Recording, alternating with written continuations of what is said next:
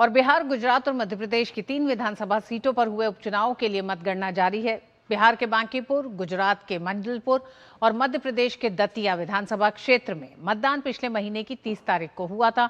इन तीनों सीटों में सबसे चर्चित बिहार की बांकीपुर और मध्य प्रदेश की दतिया है, जिन पर देश भर के लोगों की नजरें बनी हुई हैं।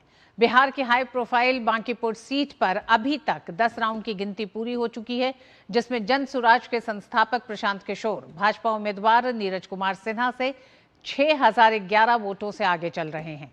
राजद उम्मीदवार रेखा गुप्ता तीसरे स्थान पर हैं।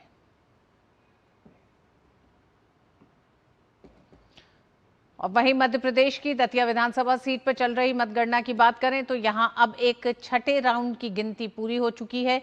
शुरुआती रुझानों में कांग्रेस प्रत्याशी घनश्याम सिंह ने बढ़त बना ली है, जबकि भाजपा के आशुतोष तिवारी कड़ी टक्कर दे रहे हैं। दतिया सीट पर मुकाबला बेहद दिलचस्प बना हुआ है और हर राउंड के साथ तस्वीर बदलती नजर आ रही है। मतगणना केंद्र पर सुरक्षा के पुख्ता इंतजाम किए गए हैं और सभी की नजरें अब अगले राउंड के रुझानों पर टिकी हैं। कांग्रेस जहां अपनी बढ़त को बरकरार रखने की कोशिश में है, वहीं भाजपा प्रत्याशी पीछे दिखाई दे रहे हैं, उसको खत्म कर वापसी की उम्मीद लगाए हुए है। अंतिम नतीजे आने तक दतिया में मुकाबला रोमांचक बना रहने की संभावना है।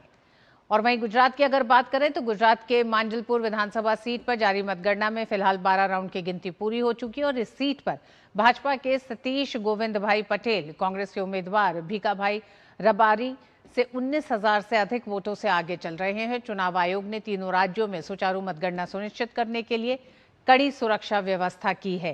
तीनों ही राज्यों के इन उपचुनावों पर सबकी नजरें टिकी हुई हैं। हालांकि बांकीपुर और दतिया में नतीजे या यूं कहें जो रुझान अभी तक सामने आ रहे हैं वो दिलचस्प रुझान सामने आ रहे हैं, जहां एक तरफ दतिया में कांटे की टक्कर भारतीय जनता पार्टी और कांग्रेस के उम्मीदवार में है, तो वहीं बांकीपुर से जो अभी तक रुझान आ रहे हैं वो आश्चर्यजनक भारतीय जनता पार्टी के लिए भी हैं कि जिस तरह से जन स्वराज पार्टी के प्रशांत किशोर लगातार बढ़त बनाए हुए हैं और वो बढ़त जहां 1000 वोट से शुरू हुई अब 6000 वोट तक पहुंच गई है।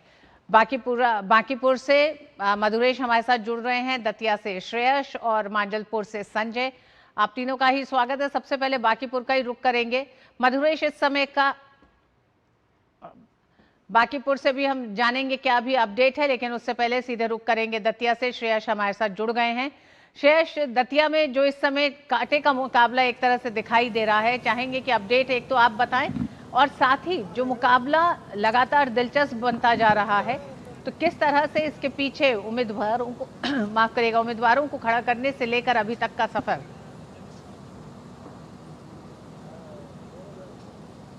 बिल्कुल, देखिए शुरू से ही जो दतिया जो है वो कहा गया कि दतिया जो है वो हॉट सीट है और उसका सीधा जो उदाहरण है वो यहाँ पर अब देखने को मिल रहा है, क्योंकि सुबह से बात करें तो पहले और दूसरे चरण की जब मतगणना शुरू हुई थी तो उस समय भारतीय जनता पार्टी के जो आशुतोष तिवारी थे वो लगातार आगे चल रहे थे, लेकिन जैसे ही तीसरे और चौथे, पांचवें, छठे चरण की बात आई तो धीरे धीरे करके जो कांग्रेस पार्टी के उम्मीदवार घनश्याम सिंह यहाँ पर हैं वो जो है बढ़त बनाए हुए हैं। लेकिन सबसे महत्वपूर्ण बात देखिए जो है वो ये है कि जो बढ़त है वो बढ़त बहुत ज़्यादा नहीं है। जो 5-6वें राउंड तक की बात करें तो लगातार जो है 200 से 300, 400, 500, 800, 900 तक भी वो गया था, लेकिन वो फिर घट के 300 पर आया। लेकिन 6वें राउंड में एकाएक जो है वो आंकड़ा जो है 1500 पार किया और अभी जो आधिकारिक तौर पर इलेक्शन कमीशन का जो आंकड़ा है वो है 1786 जो है वो वोटों से कांग्रेस के प्रत्याशी अभी आगे चल रहे हैं। हालांकि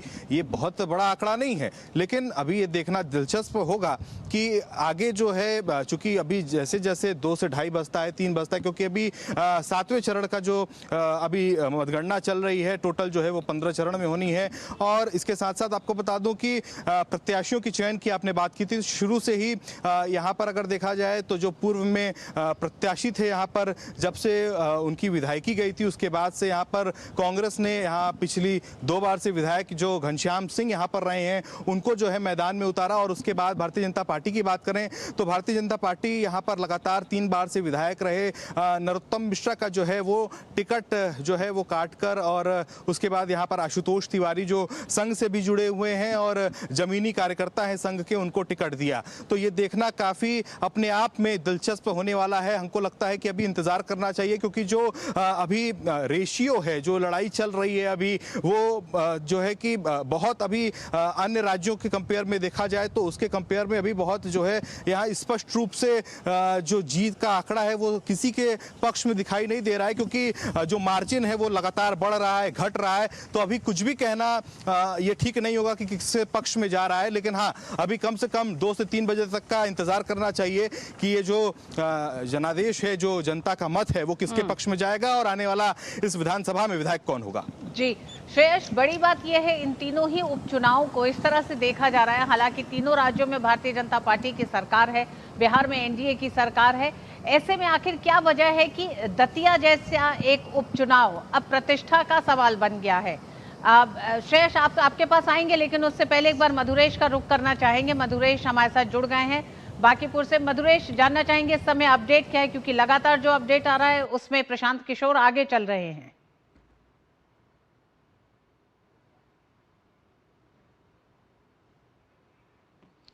श्रेयस, आपका ही रुख करते हैं। मधुरेश अभी हमारे साथ जुड़ नहीं पाए हैं। तो दतिया और बांकीपुर जैसे उपचुनाव किस तरह से दोनों ही राजनीतिक पार्टियों के लिए प्रतिष्ठा का सवाल हो गए हैं। हालांकि बांकीपुर से तो मौजूदा भारतीय जनता पार्टी अध्यक्ष जो हैं उनकी सीट रही है, उस लिहाज से काफी महत्वपूर्ण सीट हो जाती है। दतिया के लिए क्या कहा जाएगा, किस तरह से दोनों ही पार्टियों के लिए वर्चस्व का सवाल हो गई है।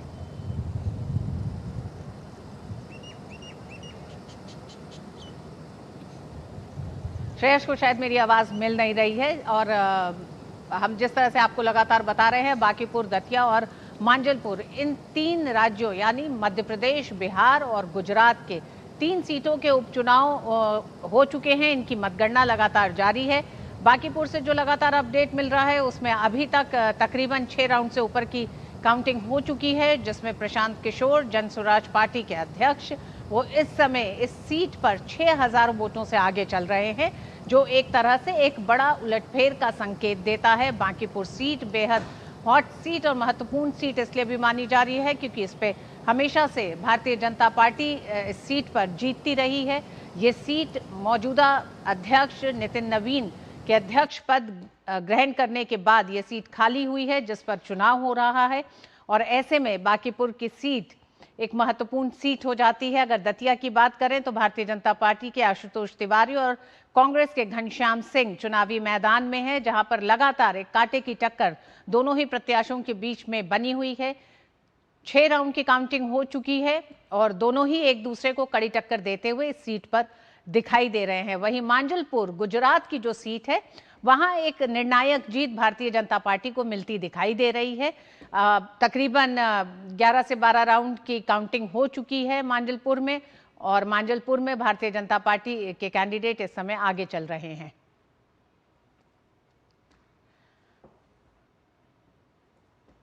और इन उपचुनाव पर हम और बात करेंगे, लेकिन वक्त एक छोटे से ब्रेक का है।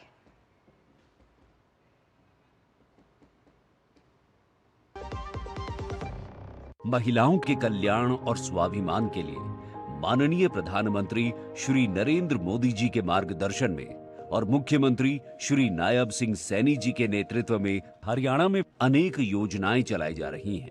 आपकी बेटी हमारी बेटी योजना के तहत बेटी के जन्म पर 21,000 रुपए की वित्तीय सहायता उसके भविष्य को सुरक्षित करती है। इस योजना से अब तक लगभग 6 लाख से अधिक बेटियों को करीब 1,250 करोड़ रुपए की राशि का लाभ मिल चुका है। प्रधानमंत्री जी के मार्गदर्शन में ही साथियों हरियाणा सरकार ने भी महिलाओं के सशक्तिकरण के लिए अनेक योजनाएं वो लागू की हैं। हरियाणा में पंचायती राज संस्थाओं में साथियों, चाहे हमारी नगर पालिकाएं हैं, चाहे पंचायती राज संस्थाएं हैं, हरियाणा के अंदर 50% महिलाओं को अधिकार दिया गया है। और जहां पर महिलाएं काम कर रही हैं साथियों, वहां का अलग ही आप लोग देख रहे हैं विकास की गति वो अलग होती है। माननीय मुख्यमंत्री श्री नायब सिंह सैनी जी के नेतृत्व में महिलाओं के आत्मसम्मान को बल देते हुए शुरू की गई दीनदयाल लाडो लक्ष्मी योजना हरियाणा में महिलाओं को खुशी और सम्मान दे रही है। हरियाणा सरकार की ये यात्रा जारी है, एक ऐसे समाज के निर्माण की यात्रा जहां हर बेटी सुरक्षित हो, शिक्षित हो और आत्मनिर्भर हो। नारी शक्ति हमारी ताकत। हर जीत की शुरुआत होती है छोटे छोटे कदमों से और हर छोटी तैयारी बदल सकती है पूरा नतीजा, क्योंकि मैदान हो या जिंदगी, छोटी से छोटी तैयारी ही देती है प्रोटेक्शन और प्रोटेक्शन ही देता है भरोसा। जैसे LIC की बीमा लक्ष्मी, एक खास प्लान सिर्फ महिलाओं के लिए, जहां छोटी बचत दे बड़ी सुरक्षा, ताकि जिंदगी के हर मैदान में आप रहे हर पल के लिए रेडी। LIC बीमा लक्ष्मी, रखे हर पल के लिए रेडी। और जैसा कि हम आपको बता रहे थे, बिहार, गुजरात और मध्य प्रदेश की 3 विधानसभा सीटों पर उपचुनाव 30 जुलाई को हुए हैं, जिनमें मतगणना सुबह से जारी है। बांकीपुर में हम देख रहे हैं लगातार प्रशांत किशोर, जन स्वराज पार्टी के अध्यक्ष, इस समय बांकीपुर सीट से तकरीबन 6000 वोट से आगे चल रहे हैं। 6 राउंड की काउंटिंग हो चुकी है।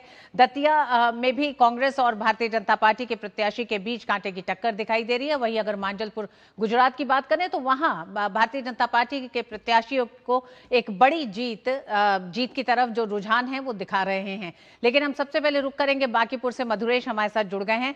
मधुरेश, बांकीपुर में एक बड़ा उलटफेर की तरफ रुझान दिखाई दे रहे हैं।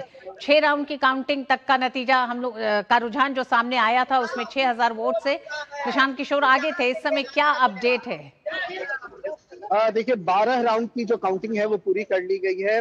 6650 वोट के आसपास से प्रशांत किशोर जो है वो आगे चल रहे हैं और ये कहीं ना कहीं जो है वो दिखा रहा है कि प्रशांत किशोर एक बड़ी जीत की तरफ बढ़ रहे हैं, क्योंकि यहाँ पोलिंग भी बहुत कम हुई थी। मैं आपको याद दिलाना चाहूंगा, केवल 34% के आसपास जो है वो पोलिंग बांकीपुर में हुई थी। ऐसे में अगर कोई भी कैंडिडेट समझा जाता है कि 10,000 के आसपास की अगर मार्जिन बना लेता है तो फिर वो एक अजय स्थिति में पहुंच सकता है। हालांकि अभी 12वें राउंड की ही काउंटिंग चल रही है। कुल 31 राउंड की काउंटिंग होनी है। ऐसे में देखना होगा कि आगे का जो अभी रुझान दिख रहा है वो जीत में तब्दील हो पाता है या नहीं हो पाता है, क्योंकि जो टक्कर है वो बिल्कुल कांटे की चल रही है। इतना मार्जिन है, ये कोई बहुत बड़ा मार्जिन बांकीपुर के हिसाब से नहीं है। नीरज कुमार जो कि बीजेपी के कैंडिडेट है वो भी लगभग आगे पीछे की तरफ स्थिति में बने हुए हैं। लेकिन फिलहाल 12वें राउंड की काउंटिंग तक 6650 के आसपास मतों से जो प्रशांत किशोर है वो अभी आगे चल रहे हैं। जी मधुरेश, बिहार में जिस तरह से भारतीय जनता पार्टी और जनसुराज के बीच इस सीट पर कांटे की टक्कर दिखाई दे रही है, ऐसे में राजद इस सीट पर टक्कर देती हुई मुकाबले में क्या नहीं दिखाई दे रही है? ये किस तरह का संकेत है बिहार की राजनीति के लिए? देखिए, एक तो सबसे पहली बात कि जिस तरीके से ये उपचुनाव हुआ इसमें बीजेपी का चूंकि एक गढ़ था, शायद इसलिए भी बीजेपी पूरी जोर लगाती हुई दिखी। दूसरा, प्रशांत किशोर पिछले जो आम चुनाव हुआ था उसमें उनको मुंह की खानी पड़ी थी, एक भी सीट पर उनको जीत हासिल नहीं हुई थी। तो यही कारण है कि प्रशांत किशोर ने शायद इस बार खुद जो कहेंगे कि खुद जो कमान है वो अपने हाथों में ली और पूरे चुनाव की रणनीति तैयार की और जमीन पर मेहनत करते हुए दिखे। लेकिन इस पूरी प्रक्रिया के दौरान जो राजद है वो कहीं ना कहीं गायब दिखी। रेखा कुमारी जो कि राजद की प्रत्याशी हैं, उनके समर्थन में कोई बड़ा चेहरा प्रचार करता हुआ नहीं दिखा। खुद तेजस्वी यादव जो थे वो भी पूरी चुनाव की प्रक्रिया से कहीं ना कहीं प्रचार अभियान से बिल्कुल बाहर थे। आखिरी के 2 दिन वो पटना पहुंचे, लेकिन कोई बड़ी जनसभा या कोई बड़ी रैली उन्होंने नहीं की, कोई रोड शो भी नहीं बड़ा किया। तो कहीं ना कहीं इसका खामियाजा जो है उनके प्रत्याशी को भुगतना पड़ा। और जिस तरीके से जो आम चुनाव हुए थे उसमें बीजेपी को मैंडेट मिला, तो कहीं ना कहीं जो विपक्ष की भूमिका है वो तेजस्वी यादव से शिफ्ट होकर के प्रशांत किशोर की तरफ इस उपचुनाव में जाती हुई दिखी। और हम शुरू से ये कहते आ रहे हैं कि यहाँ जो मुकाबला है वो त्रिकोणीय है। पहला धड़ा तो निश्चित रूप से बीजेपी के पास है, बीजेपी का गढ़ है। दूसरा जो है वो प्रशांत किशोर शुरू से एक मजबूत कैंडिडेट के रूप में यहाँ पर जमीन पर पसीना बहाते हुए दिख रहे थे। और यही कारण है कि कि तीसरा धड़ा यानी राजद रेखा कुमारी गुप्ता का है, वो कमजोर होने के बाद उनका जो वोट है वो कहीं ना कहीं शिफ्ट होता हुआ दिख रहा है प्रशांत किशोर की तरफ। और मैं बताना चाहूंगा कि चूंकि अब 12वें राउंड की जो काउंटिंग है वो पूरी हो चुकी है और 6600 से ज्यादा वोटों से प्रशांत किशोर आगे चल रहे हैं, तो जो जन सुराज के समर्थक है, कार्यकर्ता है, उनका उत्साह भी देखने को मिल रहा है। अभी से ही मतगणना केंद्र जो है उसके बाहर जो जश्न है वो मनता हुआ दिख रहा है। अबीर गुलाल जो है वो लगाते हुए जनसुराज के जो कार्यकर्ता हैं वो दिख रहे हैं। हालांकि अभी एक बात और याद रखने की, अभी जो है वो लगभग आधे राउंड की ही काउंटिंग हुई है, 12 राउंड की काउंटिंग हुई है, कुल 31 राउंड पे काउंटिंग अभी होना है।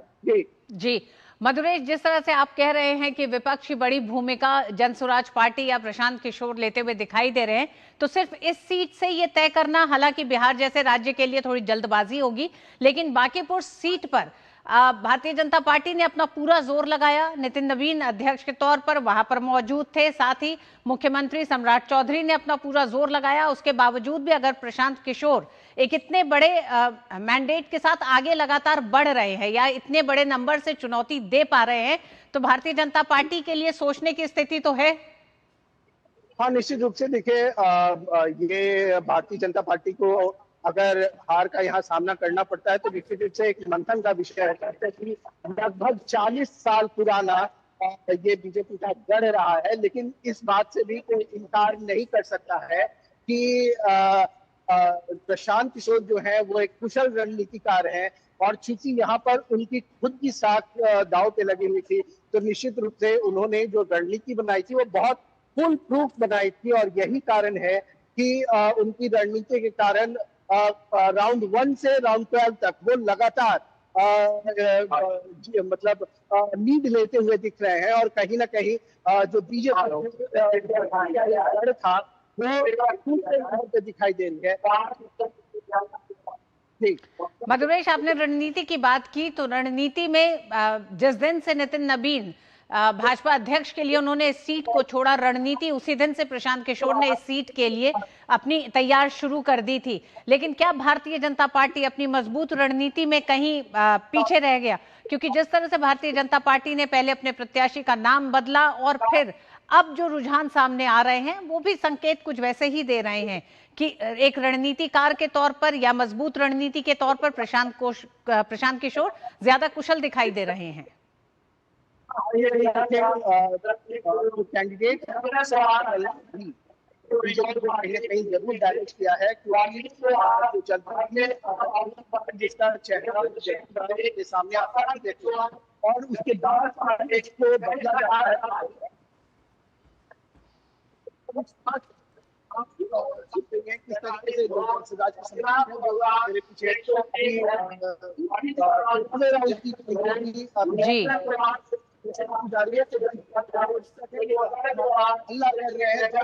निश्चित रूप से। तो मैं ये कह रहा था कि जो प्रत्याशी का बदलाव था, कहीं ना कहीं ये भी बीजेपी को डैमेज।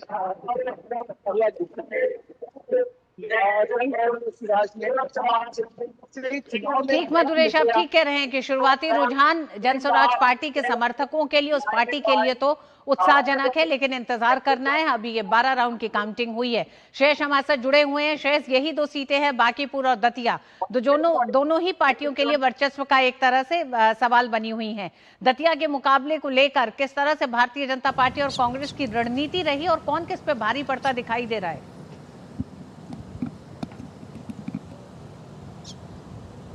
देखिए, अभी तक के जो नतीजे हैं अगर उसमें देखा जाए तो उसमें कांग्रेस पार्टी के जो उम्मीदवार घनश्याम सिंह हैं वो लगातार जो है बढ़त बनाए हुए हैं। 6वें राउंड की जो काउंटिंग है वो पूरी हो चुकी है, 7वें राउंड की चल रही है आधिकारिक तौर पर। और रणनीति की बात की जाए तो देखिए, लगातार अगर हम भारतीय जनता पार्टी या कांग्रेस पार्टी के तमाम बड़े दिग्गज नेताओं की बात करें तो सभी लोग जो है महीने भर से दतिया में जुटे रहे और पूरे दमखम के साथ प्रचार प्रसार कर रहे थे अपने अपने पार्टियों का। भारतीय जनता पार्टी की बात करें तो दतिया जिले में 6 मंडल है और 6 मंडल में जो है भारतीय जनता पार्टी के 6 कैबिनेट मंत्री, जो प्रदेश सरकार के 6 कैबिनेट मंत्री जो है वो 6 मंडलों में जो है नियुक्त किए गए थे, मंडल लेवल पर नियुक्त किए गए थे। वहीं केंद्रीय मंत्रियों की बात करें तो शिवराज सिंह चौहान से लेकर ज्योतिरादित्य सिंधिया सभी को जो है मैदान में उतारा गया था। खुद नरोत्तम मिश्रा जो है लगातार जो है वो जनसंपर्क अभियान और नुक्कड़ नाटक के माध्यम से और तमाम